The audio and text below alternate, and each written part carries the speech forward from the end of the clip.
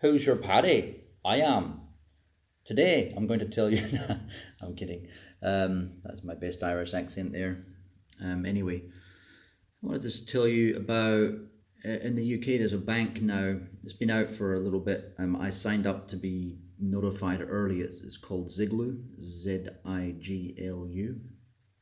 and this does crypto and normal banking. Now, if anyone watching this has been banking or heard of Starling or Monza, it's two of the banks I'm with in the UK. I always move towards the least annoying and least old school banks in Britain and shitting, because in the bureaucracy there's always been very high. It's nowhere near the level that the US is anymore. I think Australia and the UK, as bad as they were, have moved on a long way from where they were.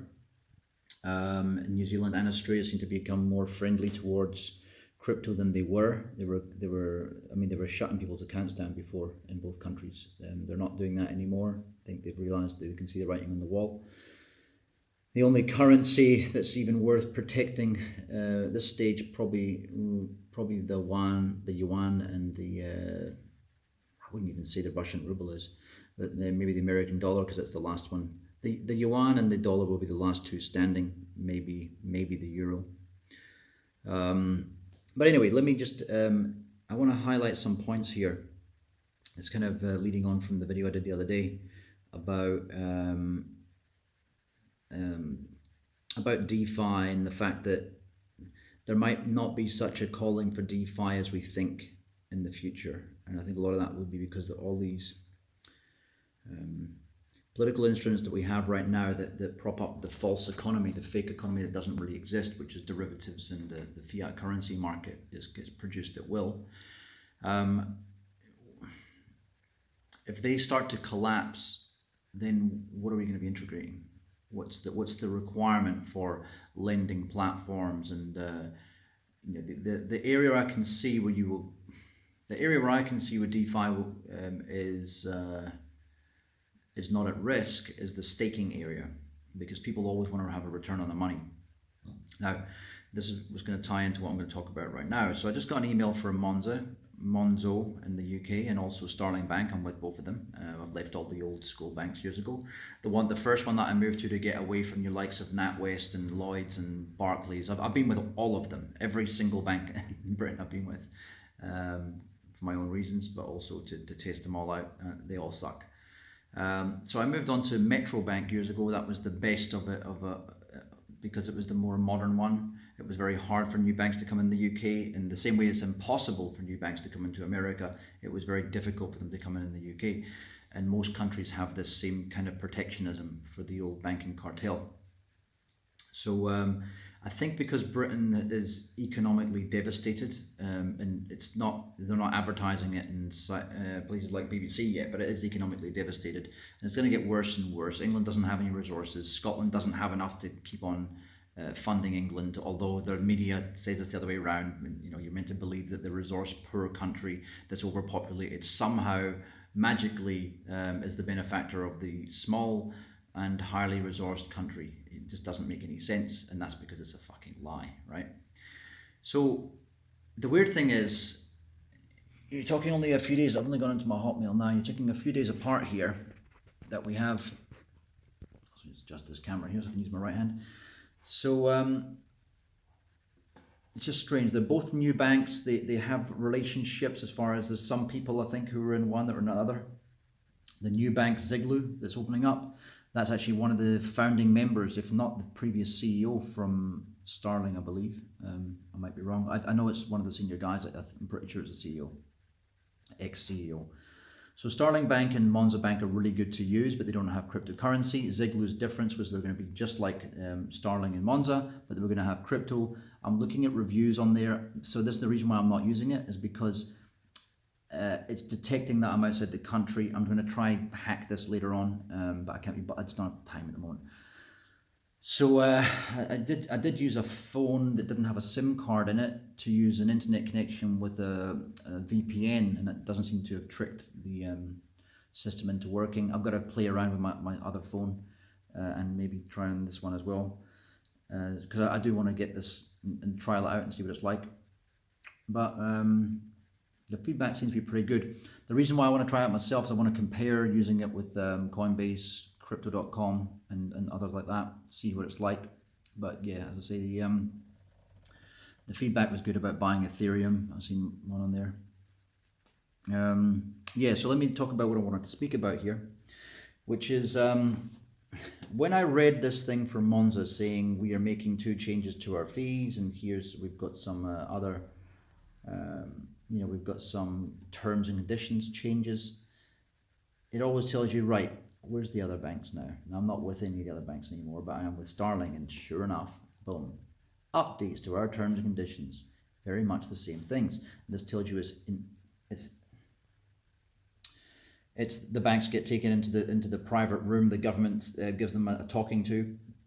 This is what's happening here. So let me give you an outline of what's going on here. So from one bank, Monza, it says the changes are, you can withdraw for free up to 250 cash. I could do that already. Oh, in the European Economic Area, every 30 days. After that, there'll be a 3% fee. So that means when you're staying in the UK, someone like me who stays in Europe, and I do have money in the UK, it means when I take my money out of the UK, they're making sure that it can only drip out. This means they're shitting themselves. So you need to read between the lines here. The UK is shitting itself of complete economic collapse. If they're talking about each person 250 in cash, what that's effectively doing is they're effectively doing what they did in Cyprus a few years ago. They're trying to stop a run on the banks, right? They don't want people even on holiday taking out. Well, it's £250 a month. It's pathetic. That's right on the edge of they're shitting themselves. So what that basically does is they know that not 50% of the country is going to be out trying to do this. They know it's only a small percentage. And that small percentage, it means that they can't even afford £1,000 to come out of the country. I would expect soon after this, you're going to get maybe one or more banks in the UK at least setting up the paperwork to do their Chapter 11, whatever you call it in the UK, for liquidation. So beware if you have cash in the banks in Britain. Start taking it out now. Don't fuck around. If you have anything over $5,000, I would be worried. If you have 100 grand or more, be very, very worried. So if your card lost expired, blah, blah, blah, £5. So that's pretty much all this bank says. Oh no, it's got more. You'll have a £250 30-day allowance ATM withdrawals in the UK and the EE area. Oh, so even in the UK, yeah, I mean, this really is. It looks like they're trying to prevent a bank run. This is quite scary. When did they change? I better take it. I've got a couple of grand in there I better take out. Yeah, really bad stuff. So let me just move up to, I'll just check there's any more things here with Monza Bank. Pay at least 500 into Monza account every 35 days, blah, blah, blah, blah. Okay, I'm not going to bore you with reading through all this sort of stuff. I'm going to jump now to Robinhood, what is it? Starling Bank. And it's saying on the rare occasion you need to send a chats payment. It will cost £20 per payment. Sorry. We've updated our Euro account terms. There you go. To introduce an interest rate of, here you go, minus 0.5 AER. So, wow, negative interest rate. You're paying to hold your money in the bank account. This is the death rattle of a dying banking system. It's a bit unfortunate we had to wait for years until we got these much better banks on the scene.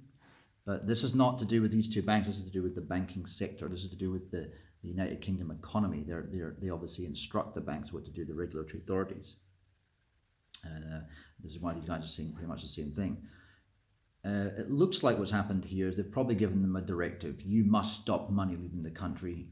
You've maybe they've got targets. I'm assuming it must be a target, and they get to strategize how they will make that target happen. That's why they haven't said the same things. That's why I'm not going on here and reading that Monzo's got the exact same strategy as Starling Bank. It's a pity I haven't got them that West account anymore, else I could have checked what they had to say. I'm sure they will be doing something as well. £51,000 your account. It's insane what they're talking about here. So when you store 50 grand, you're basically going to get charged 1,000 in interest. It's quite insane. They actually try to make it look like a positive thing after they say it's negative interest rate. It's pretty nuts. So yeah, what you should be doing if you live in the UK is obviously these two banks are very good banks if you live in Britain, but not for keeping major amounts of money in. Of course, the larger banks are you could say are safer, but look what happened with Lehman Brothers and Bear Stearns, and Freddie Mae and Fannie Mae and Freddie Mac in America, and look what happened at the bank runs over in Greece and Cyprus. You know, this is going to become sweeping over all of Europe. It will happen all over America as well. All these countries are bankrupt. America has been bankrupt for a long time. So was Germany. I'd say that they were kind of on the recovery path because of the amount of production they had. They can stave it off. Hey, if America can stave it off that long, so can Germany. At least Germany are producing things, which is more than I can say for England, which produces practically nothing. It's the problem when these countries, they decided to become knowledge-based economies. And when you have knowledge-based economy and you're relying on other countries to say third world and producing things cheap for you to consume, the eventuality is that you're actually not as knowledge-based as you think you are. In other words, you're not as smart as you think you are. And then you also have no production. And then if you end up in a time of war, you literally aren't making anything. You can't even defend yourselves. You can't feed yourselves. You can't produce things for the population to use. And these other countries that you look down upon, they will not only end up being able to feed themselves and produce things, but their economies will rise in comparison to yours, and you will become the sick man of Europe or the sick man of the world. And effectively you'll become in the future, third world countries will, I suppose that's why they call it developing countries or developed countries. The whole thing will be turned around because every country, no matter how third world, will have next generation cell technology, or maybe utilizing the Starlink for the internet, maybe utilizing solar roofs. So everywhere will be kind of what we regard as being first world. Just like first world countries, if you look at all first world countries 40 years ago, the most economically deprived countries in the world still have as good technology as them. Maybe not as good infrastructure overall, like roading, but they have better technology because they have cell phones and laptops and things like that. So I would say the best thing to do if you live in, here would be my strategy if I live in Britain. If you're not with these three good banks, which is Starling, Monzo, and now Ziglu, Ziglu, stick with the bank you've currently got and open all of these separately. And what you do to do that easily is use it's called an account switcher. But when you do your account switcher, let them know that you need to just give them an excuse such as it just makes it easier to open a new account. Give them an excuse that you have a computerized payment system that has to pay into this old account. It's very difficult to change, whatever it is. As long as you've got an excuse, then they'll use the switcher to make it easy to open the new account, but they won't close the old one. And then do the same again, So you have all four banks, split your money between each. So they might not allow withdrawals, but they will allow transfers to your other account, you see. So let's say you've got 2,000, let's say you get paid £2,000 a month, right? You can split it up between all four of your bank accounts, and you can take out 250 from each. And then let's say, for example, you're waiting to get paid, and there's a run on the banks. Let's say two of the banks shut down. Shit. Call your company, make sure no more wages go in your account. So at least you can delay and segment money. Because when it goes tits up and you're sitting in one bank and that bank does fold, that's all your money gone, all right? And you can't rely on these, let's say people in New Zealand, for example, because by the way, this will be happening everywhere. People in New Zealand, they have a protection that gives them $65,000 per institution. I knew an old lady, the lady who bred Rumble, actually. She lost 750,000. She made a lot of money on her house in an area called Havelock North in New Zealand that became very, very, I wouldn't say gentrified, it was already a nice area. But a lot of English people moved in there. We're seeing a lot in the north of Scotland as well, and this is because the economic sabotage of Scotland allowed the prices to come down enough for the elite down south, who a lot of them made money on the plunder of Scottish resources. They were able to take that plunder and bring it back up to Scotland, and it's effectively buying Scotland out. And this is a strategy I spoke about many years ago. People didn't really see it, and I think people are starting to see it now, because people in the Highlands are starting to get a bit uppity about foreign ownership, same as people in New Zealand were when the Chinese money flooded the market over there intentionally on purpose for the elite to make money off the market. So then when it deflates again, they can do the same all over. This happens all over the world, happening in New York, happening in San Francisco. Right now, people have been moving out of all the cities because of all the riots that are what's the word? They are advertised and they are supported by the Democratic National Party. I would say that if they were in power right now, the same thing would be happening by the GOP party. They're both enemies of the people, just like every other political party of the world. And what happens is all these riots that are going on and instability will cause people to move out of the cities. It's obvious. I've called this one out years ago, and now it's happening. Now that it's happening, people are moving out of the cities. The obvious thing that you know is going to happen. Living outside of a city will, even in Australia and around America now, you're getting access to better internet in rural areas. So why are you living in the cities? And now that people have had the pandemic happening and they're sitting at home, working from home, people are all waking up to something I've been installing in houses in people's homes and businesses for 20 years, which is remote working. It could have always been done from home. You didn't have to be battling through traffic.